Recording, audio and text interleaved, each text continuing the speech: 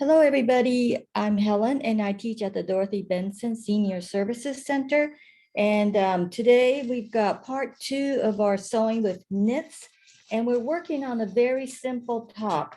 The reason why, I'll show you the pattern. So I've got this pattern. It's, let's see, where is it? Vogue 1261. And I'm using the one right here. And if you notice, it doesn't have a inserted sleeve. It's just a one-piece cut-on sleeve. So this is a good one to start with. If you're doing knits for the first time, and if you do an inserted sleeve, you might have a little bit of difficulty, and we want to keep our frustration level down. So I'm doing the, right here, you can see where it's just, it's not an inserted sleeve. Let me show you. Okay, right here, it's just one piece. Now, this is a pretty flattering pattern, and the reason why it's pretty flattering is because it has a center seam right here. And what it does is it's kind of fitted here, but it flares out. It doesn't flare out this much like in the drawing, unless you're like, you know, built like a stick or something and super thin, but it kind of flares out a good bit. So it's pretty flattering. And knits are really forgiving, so you don't have to worry too much about the fit. It, you know, it follows around your curves and everything. The thing you need to be careful, you want to make sure your knit is drapey, and right here it tells you how much stretch your knit needs to be. If you're doing a cotton knit without stretch, it's not going to look that good. My favorite for drape is rayon knit. Okay, and this one, you know, of course, has spandex in it. And if, for example, if you're doing a cotton knit, you're going to want one with spandex in it or lycra. This one is a rayon knit, and it has really good stretch and recovery. All right, and it's also thin, and if you can see, it's really drapey. Linen knits are pretty drapey too, but a lot of them don't have the lycra content in them, so they don't stretch as well. So last week, I sewed all the seams and I trimmed them. And remember, with knits, you can trim your seams and you don't have to worry about, on most knits, you don't have to worry about it unraveling on you. So I given it a very narrow seam, and also my stitch length is 2, and the width is my machine. This machine doesn't have the width on it, numbers on it. It looks like it might be like 1.5. So like I said before, you have to test on scraps and see, you know, stretch it out and see which stitching works the best. Okay, so the most important thing is you need to use a stretch needle or a jersey ballpoint needle. And what you have to do is test it first on your net and see which one works the best. Sometimes if I use a jersey needle, it'll skip a stitch. So then I have to switch to a stretch needle. I cannot remember what the difference is on the points of these things. It could just be the tip is more rounded or sharp or something. Okay, so we got all this stitched up, and I have to work on the neck binding this time. And that's the only place I'm going to work on. Now, don't try it. If you're first working with knits, don't try working with a pattern that has no, you know, like no sleeve, because then you have to do the neck binding and then you have to do the sleeve binding. The sleeve binding is a little bit tricky, okay, because you have a smaller area and a more extreme curve.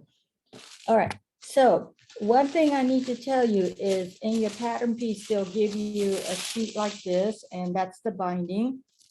And I don't know why this grain line, well, I don't pay attention to this grain line. I guess I should. But anyway, I cut it. What I do is I don't cut out to this side. I always cut it wider, like a lot wider. And the reason why is when you stitch it, you'll lose a lot of the fabric because it wiggles so much unless you have it all basted down. So it's easier to just cut out a wider piece and then cut off the excess, okay? And this knit, the biggest stretch is on the, I guess you call it the crosswise, okay? The knit goes up and down, but the biggest stretch is this way. It also does stretch this way too, because it's a four-way, almost a four-way knit. Actually, it might stretch more this way. Okay, as long as it stretches. So I did mark according to the pattern. I did mark where the back center seam is. Okay, so I marked it. I don't know if you can see that. I marked it there, and I marked where the front center seam is. Okay, so I just have to match these. Now, last week I said that I may have stretched out the neck too much while working on it. I should have basted it first to keep it from stretching. So I went back and I just did a basting stitch, okay, because it's easier to work on it this way. All right, so now I have to decide which is the front and the back, and I found the front, so I'm going to pin this. Now, there's several ways to do a binding, okay? You can, hold on just a second here. Okay, it's, this knit is a little bit hard to work with because it's kind of springy. Okay. Oh, I should get my other pin cushion.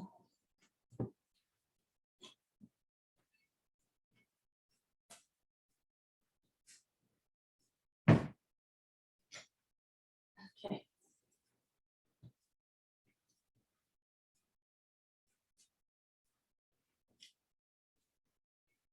All right, so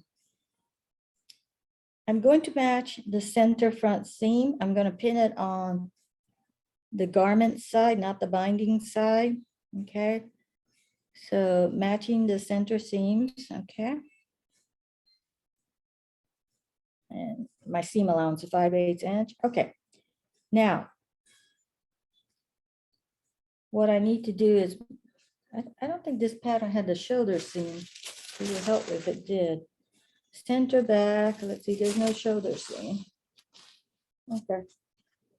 That's fine. Oh, so there's several ways to do a binding. One way is I stitch this, then I take the binding and I fold it over. And if it's a super bulky knit, what I might do is I'll fold it over once, okay? And then I'll stitch in the, we call it stitch in the ditch, where the two fabrics meet. The other option I like is I'll stitch this, cut off the excess, and then I'll fold it over twice. Okay, so I fold it once and then I fold it over twice, okay? And then I actually hand stitch this down, because if I stitch it from this side and the stitch in the ditch, that little space, I may not catch it on this side, okay? And then sometimes I'll just quickly hand stitch this on.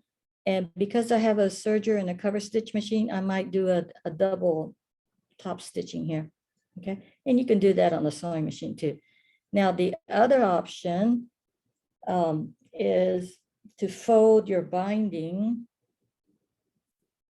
If you have, I would recommend this. Oh, it depends on, what kind of knit you have actually. Okay, you will fold the binding in half. Okay, so I've got the binding folded out. Then you will pin it to the right side of your fabric. Stitch it. And then you will fold the whole thing over. So it makes it a really thick. And then I would hand stitch this to hold it in place. So it makes it really thick and sturdy. So it depends on how much, let's see, how much structure you want. Yeah. Okay. So I'm just probably going to fold it twice and then hand stitch it in place. So it kind of gives, so that's actually 1, 2, 3, 4, 5 layers of fabric right there. So that's pretty good, pretty stable. Okay. Now, because this one didn't have a shoulder seam, I have to just match the back seam, back center seam, yeah, which is way over here. All right. And I can either fold this over, but because this knit doesn't ravel, and because the pattern is so busy, I can get away with just whacking off that seam allowance. Okay. Well, I'll just cut off that seam allowance. I just don't want, we already talked about what, five layers of fabric. I just don't want that 6, 7, 8, 9 layers of fabric there. So I'm just gonna whack it off. Okay. So now this is the actual measurement of my back center seam. So I'll match that with the center seam line and put a pin in here. Now, if you're working on something like a super fancy knit fabric or a garment that's going to be like really, really nice, I would baste everything. Okay, so that was the back. Now, I don't stretch it, okay? I kind of like gently pull it like that, okay? And lay it down, and because this isn't marked for the back, for the shoulder seam, I'm just gonna have to guess where it is about the best place. Now, sometimes you want to pull in a real curvy place. For example, under the arm, if it's a sharp curve, you might want to give it less binding so that the binding pulls and the curve is nice. This one, I'm just gonna have to eyeball this one. Yeah. Okay, so I'm gonna give more. I need to kind of. So as you can tell, this is the kind of tedious part, and you really want this part to be nice. You really want to pay attention and take your time working on this part. And you really need to aim for that, what is it, 5/8 inch seam allowance space, because that's going to, because it's a curve, it needs to match. The curve needs to, the distance, or I guess the length of the curve needs to match the length of the binding. So you really need to know where your 5/8 inch seam allowance is.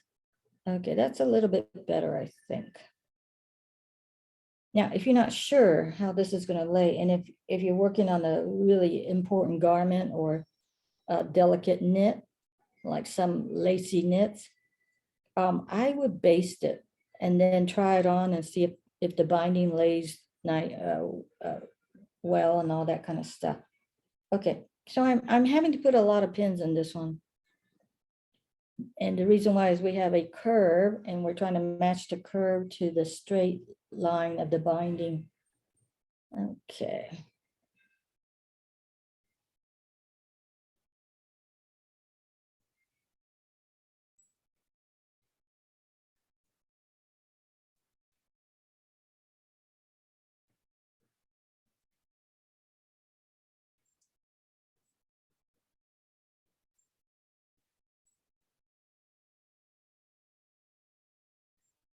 So it looks like the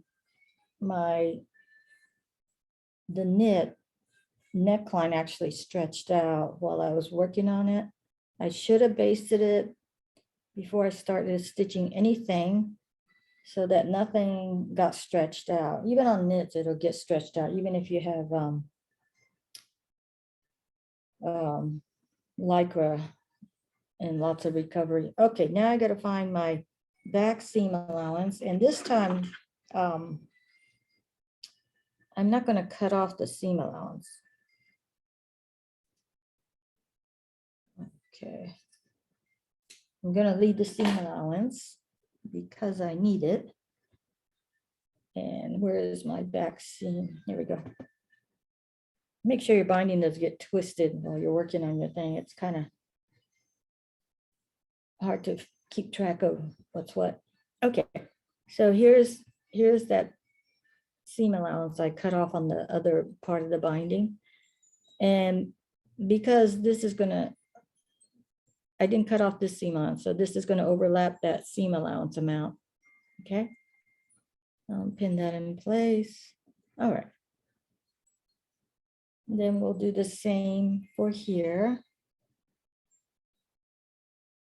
So this top actually goes together really quickly, but it's kind of hard when I'm working with this rayon because I have to be careful nothing gets twisted out of place. And it is kind of springy, so kind of has its mind of its own sometimes. Okay, so we're just pinning the front now. Let's see if that's going to work.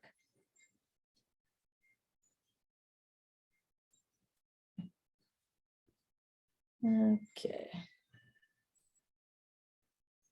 I actually haven't read the pattern instructions, so maybe they have you do the binding another way.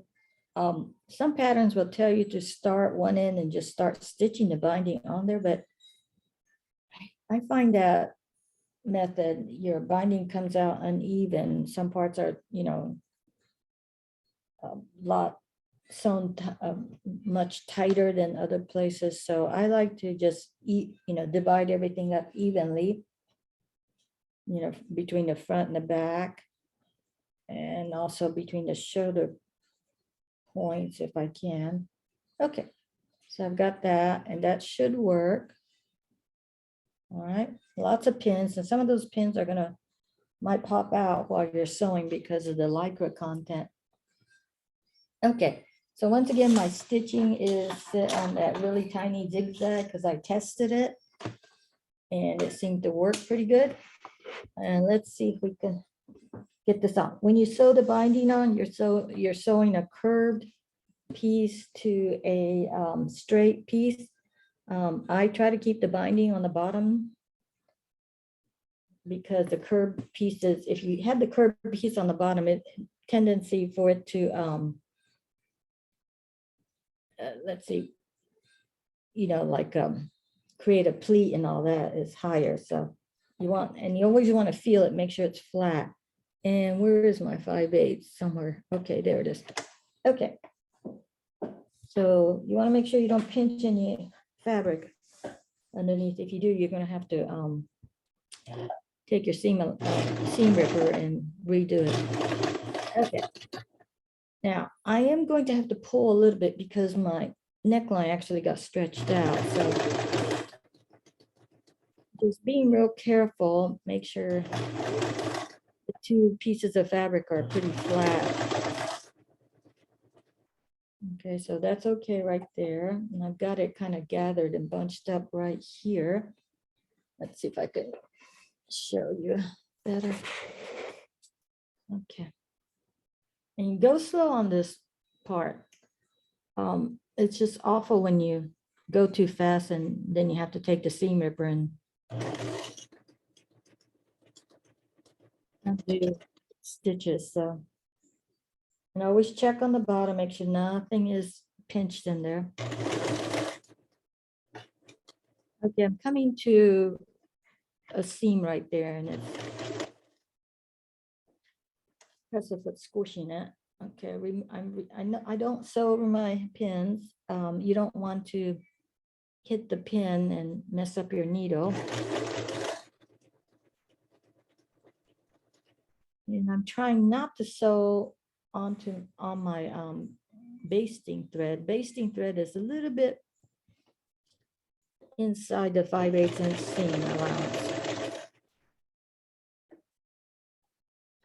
Okay, I don't think you can see this very well. And this way.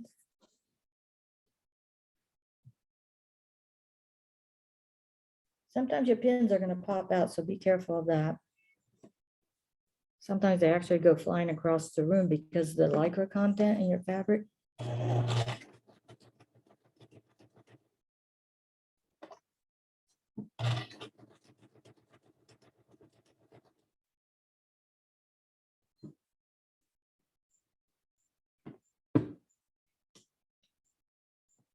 So my two layers of fabric have shifted here. I have to make sure they're together.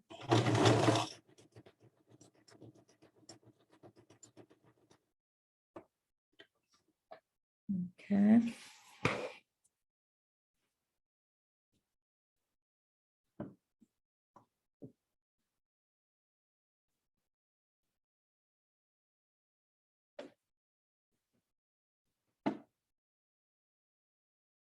Okay, this is where the two ends of the fabric are, they butt against.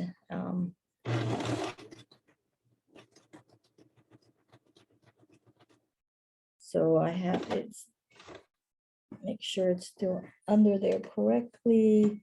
The bamboo skewer would come in really handy right here.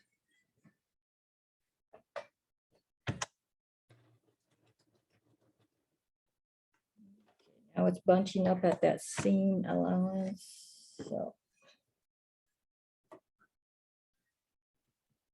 sometimes I'll put the where the two ends of the binding come together, I'll put it like on the side or something away from a stitch seam just to reduce the bulk or whatever.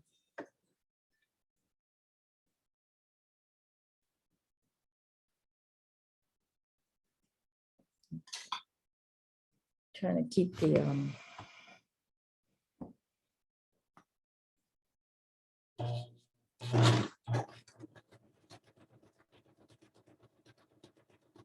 now I do have a serger and I can do this on the serger, but it's the same method. I have to pin everything. I do have to go slow on the binding.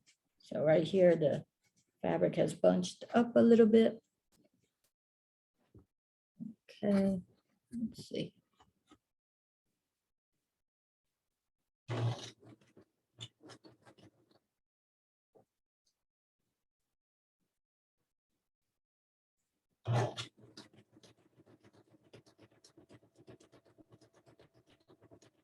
So if you're a beginner at sewing knits, it'll probably take you about maybe 2 hours, start to finish, maybe 3. I do recommend you baste your binding on because I haven't basted mine on, okay? Because it's so much easier to, especially if you're a beginner to, and it doesn't take long to baste a binding on. And do it by hand, then you can even it out, make it, perfect. Otherwise, you're fussing with the two layers of fabric that are not exactly cooperating with each other.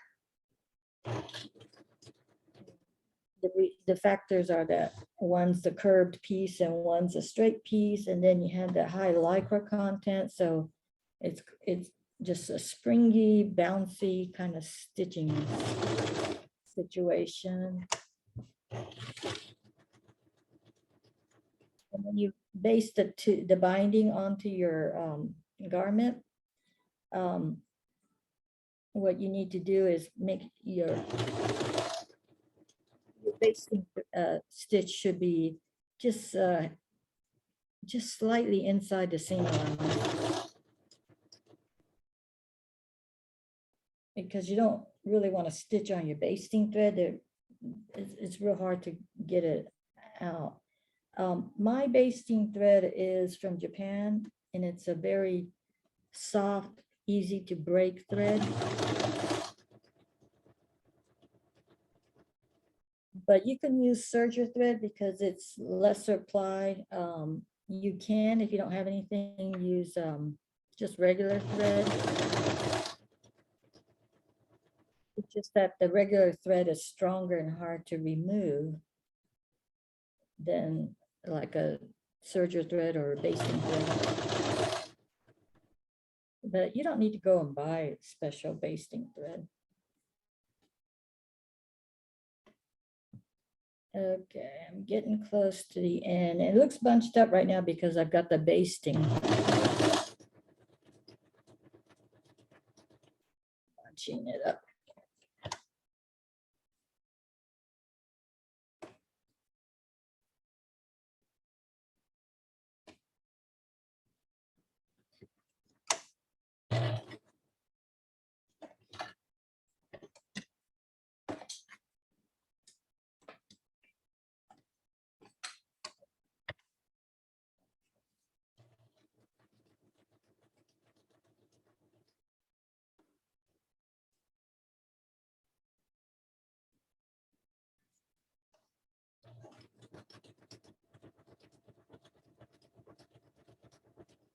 Okay.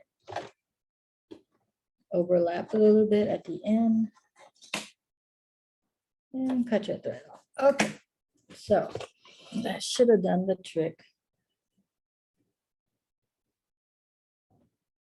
Okay, so now I've got it sewn on, but I have to remove that basting thread. And I need my seam ripper.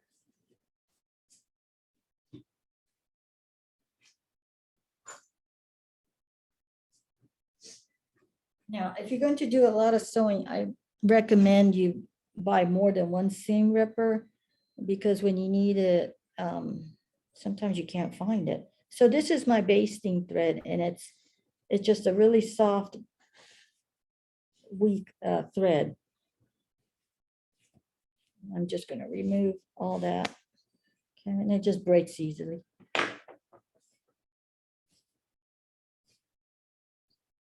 Back when we were wearing more fitted garments and didn't really have knit fabric to use, most of the time you basted everything because your armholes were more tight, closer to the body. And you practically basted everything before you stitched. Okay, so I took the basting thread out, and okay, it's hard to tell with this printed pattern. Okay, so now I am going to fold it over once over that seam allowance. It makes a nice wide binding. And because I didn't cut it according to the pattern, I got a lot of excess fabric. So I'll trim it a little bit, okay? And then I'm probably going to hand stitch it. I just have to make sure, well, this is a wide neckline, so I don't have to worry about the stretch too much. If I have to worry about the stretch, I will use that double needle, the zigzag on the bottom, but it makes a really nice binding, okay? So what I would do is fold it over once over the binding. If I don't want that width of a binding, I can trim that down too. And then I'll stitch it right there, okay?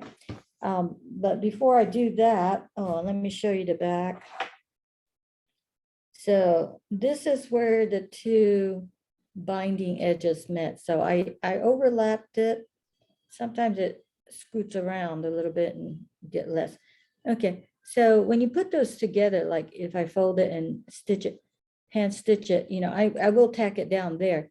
But because it doesn't unravel and because the pattern is so busy, you know, I just gave it a raw edge. If I folded it over, you know, I had such a bulk there because I've got this seam, all that fabric right there, and then the binding fabric, and it just gets really bulky. So if I can get away with it, I will just cut off and leave it a raw edge there, but I will tack it down because it'll scoot out.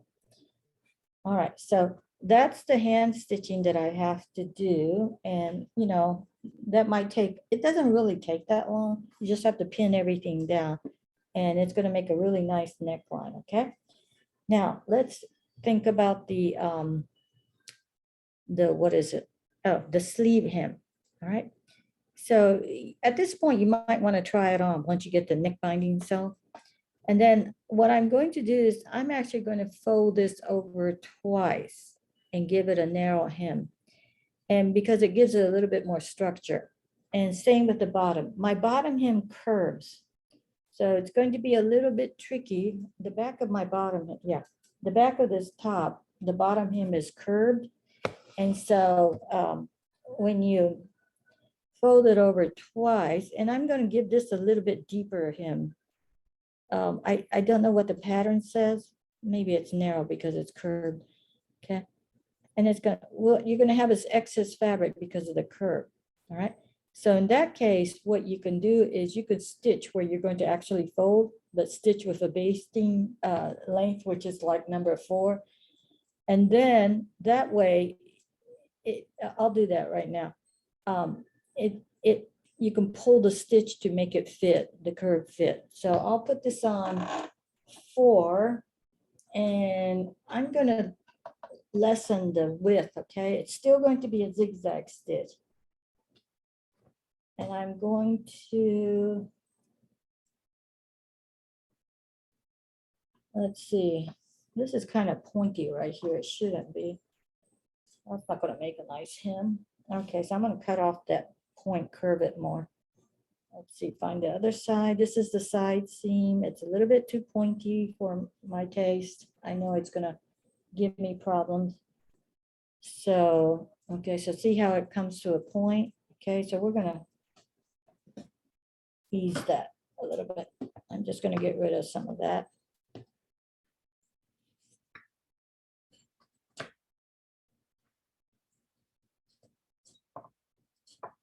Okay, so I only got rid of like this much, just the pointy part. So I'll do the same the other side.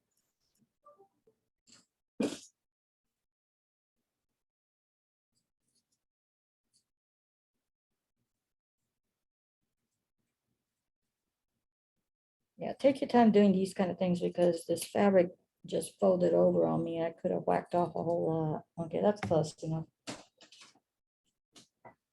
Okay, now I'm probably going to just do a narrow, about 5/8 inch. How's that? Okay, so I'll put it on number 4. Let's see what happens. And I will put my thumb, I need to find the side seam. Okay, because the most curve is on the back of this garment.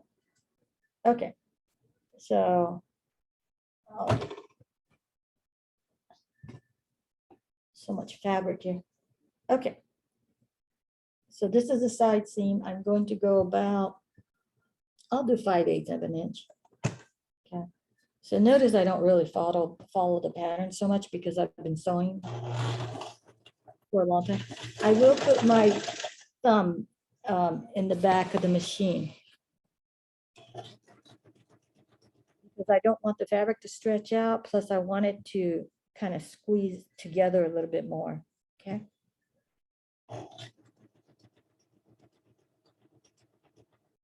Let it go.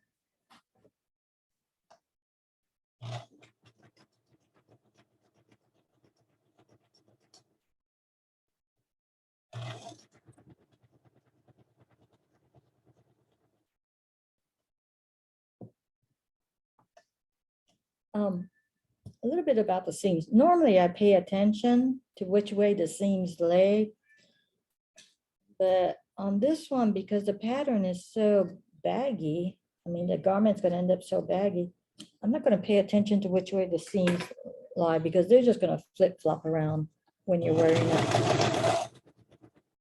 But normally I do pay attention to which way they land.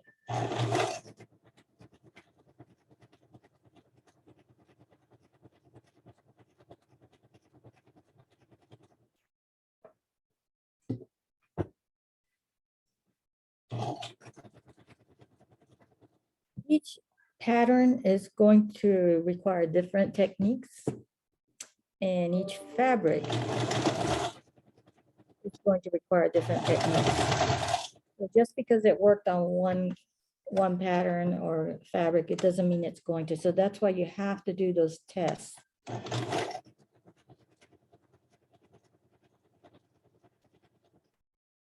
Because you don't want to make something end up you can't wear it. And once again, like I said, you don't save money sewing, because they have so much cheap garments there.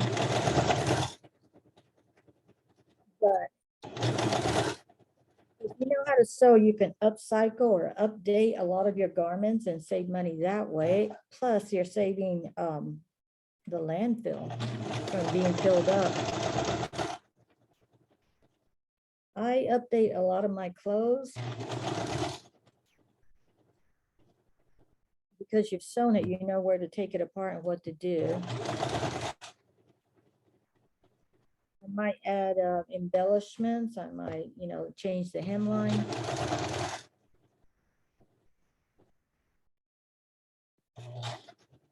Okay, let's see if this helped. Not sure. Usually on my serger, I can adjust the differential feed and make it come closer that way. Okay. So because I've put my thumb in the back, what happens is it kind of shrinks in a little bit, okay? Now I need to, this is my stitch line, all right? And I need to fold it, and I don't want to, I could see that because it's on the inside of the garment, and I'm gonna press it there. And that stitching also helps me press it easily. Let me turn, and you want to use steam.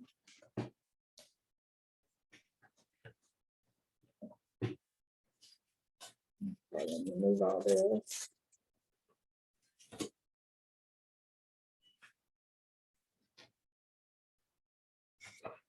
Okay, so I'm going to press all this.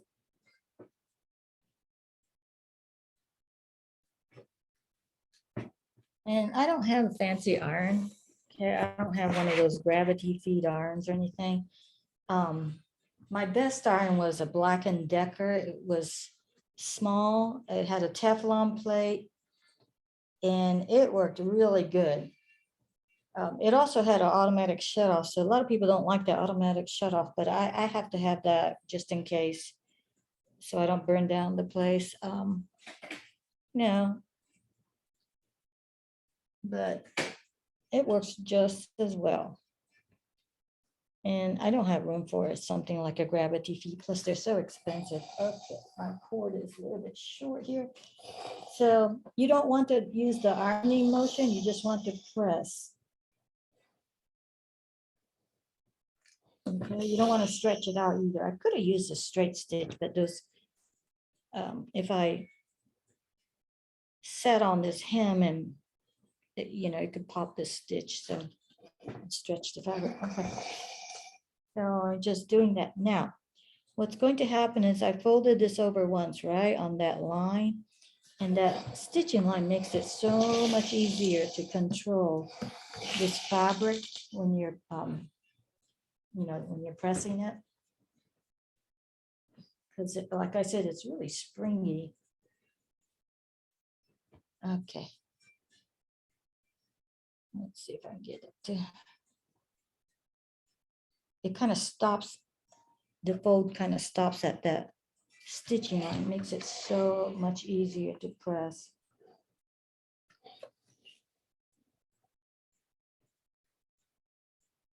And it keeps you from stretching out the fabric.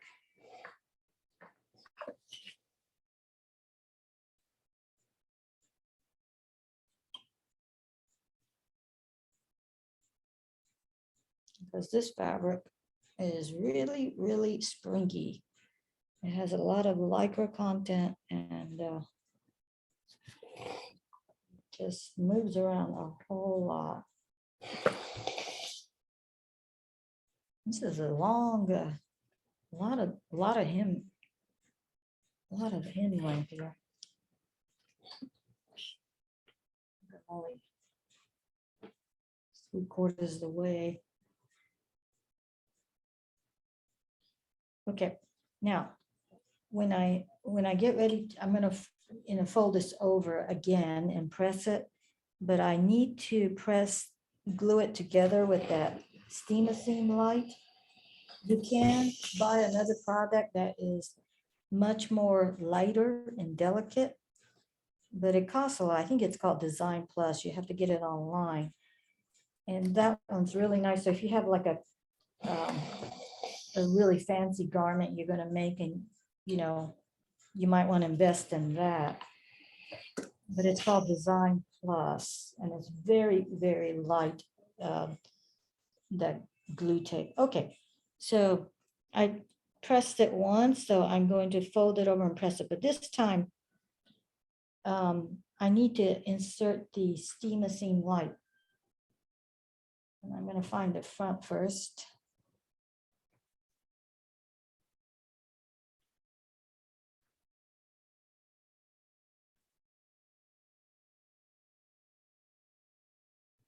Okay, I'm not even measuring, I'm just kind of, and the reason why I'm not measuring on this is it's just a casual garment, and the hemline is so large that, you know, you're not going to notice that much if it's a little bit uneven. Okay, so this is that steam and seam light, and this is the 1/4 inch one. It does leave a slight hand in there, but I tell you what, it's a lifesaver. So I'm going to, don't press it now. I mean, don't press it with the iron because it'll just melt onto the paper. There's a piece of paper on here. Okay. So take that paper off. And then we're going to press it. Okay.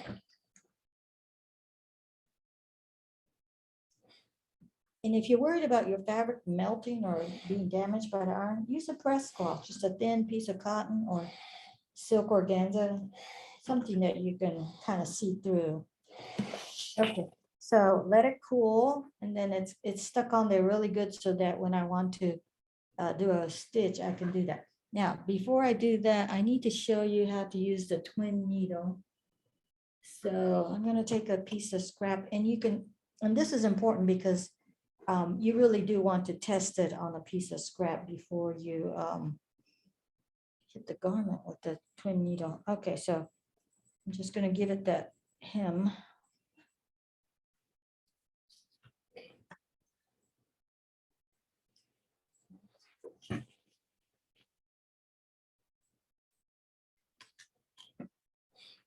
So I'm going to make a sample test piece here, just like in the garment. Put the steam seam tape down.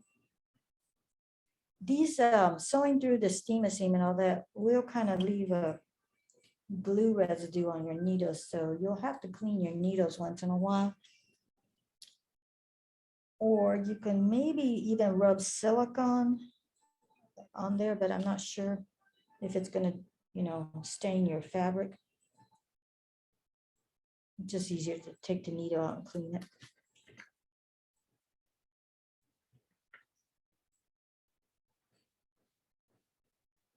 The steam machine works with steam, so I'm trying to get the steam going here. All right.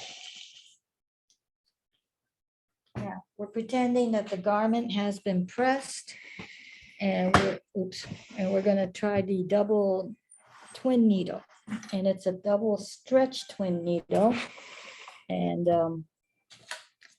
this is what it looks like. All right. So what I have to do is on my machine, I have a place to put, I have another one of these. Okay. So I will have to use another spool of thread, and it just gets threaded the same way. It's not the exact same color, but that's okay. That print is so busy. So you thread it the same way. Okay.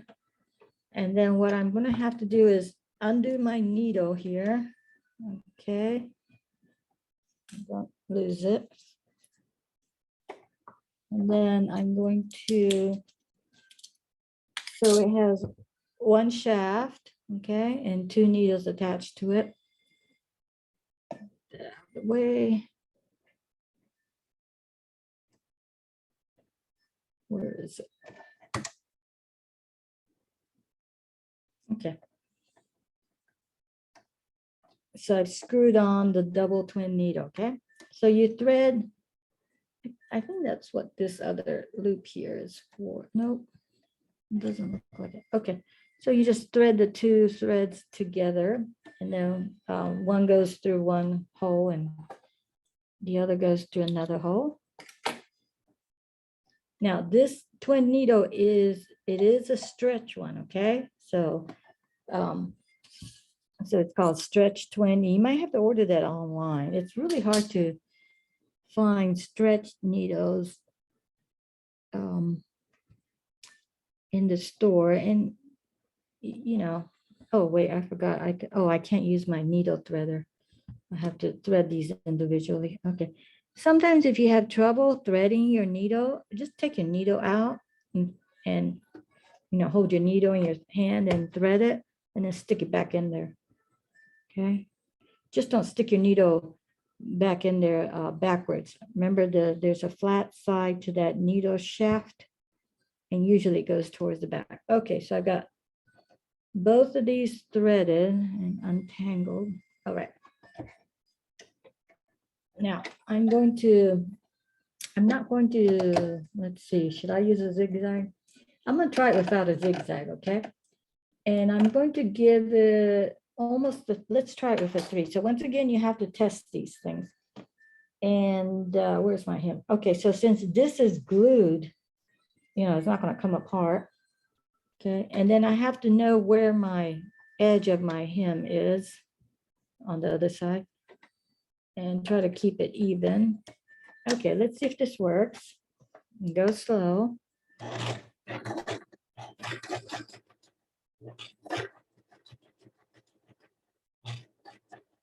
If you decide you want to do a slight zigzag with this twin needle, you can't go that far. And the reason why is because your presser foot only has a certain amount of opening. So if you do give it a slight zigzag, then you need to, this works good. I like this. It's neater and easier.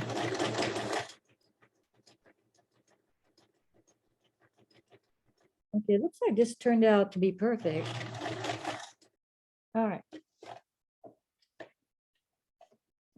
So remember, my hem is wide, so I don't have to worry about it being tight. It's not a tight fitting bottom. So what happens is your bottom of the back side, you're going to get like a zigzaggy weird thing, okay? But the reverse side is, let's see if we can see it. Can you see that? You have that top stitching, okay? Sometimes you might have to release the tension a little bit because it kind of pulls on the bottom a little bit. They usually recommend you use a woolly nylon, and you have to hand wind it on the bobbin, and I'm just too lazy to do that. Okay, so since this garment has a wide hem, I don't have to worry about it, but look how much stretch I get. And that's because the bottom is a zigzag. Now, at some point, I can't stretch it beyond that, but that is a nice top stitching hem. You don't need a cover stitch if you can do that. All right. So that's about it for now, because what I'm going to do now is, and then you do the same for the sleeve hem. So off camera, I'm going to hand stitch that binding on the neckline.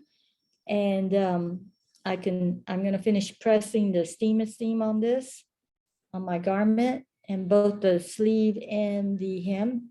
And I'm just going to use the machine to stitch this. Okay, I do have 2 different color threads, but you know what? Sometimes that's fun, especially if you have a busy print like this. And it's not noticeable when you look at it. See, it's really not noticeable at all. Just kind of disappears in there. So I think even as a beginner in 3 hours, you can probably from start to finish make a simple top. So once again, remember, don't do a sleeve insertion, either a raglan sleeve like this or a regular sleeve. Try to do a cut-on sleeve, which means it's just one piece, the bodice, and that is one. So look for a pattern that's a cut-on piece. And then don't make it difficult on yourself, okay? Practice with easy patterns and easy to work with knits before you venture onto a little bit more complicated pattern. Usually knit patterns are pretty easy, simple designs, because the knit stretches so much, you don't have to worry too much about fitting, depending on the knit though, okay? Next week, I'm gonna show you how to make, I just make a bunch of elastic waist knit pants, and not exactly leggings, but pajama bottoms, knit pants, maybe narrow leg knit pants to wear under a tunic, okay? I'm at the age where I no longer can use a waistline, okay? In fact, I don't even have a waistline anymore. I have to use elastic. And it's really easy to make. And usually, sometimes, I need to update my wardrobe and I need to have a lot of knit pants. I'll just cut out like 7 or 8 of them at one time and do an assembly line production. So I'll show you how to do one. And we do have to pay attention to the crotch so that, that doesn't stretch out. And also, if you use something like a slinky knit that has a lot of weight and stretches a lot, you have to pay attention to certain things, okay? So I hope you enjoyed this making the simple knit top, and hope you try it, okay? So we'll see you next week. Bye-bye.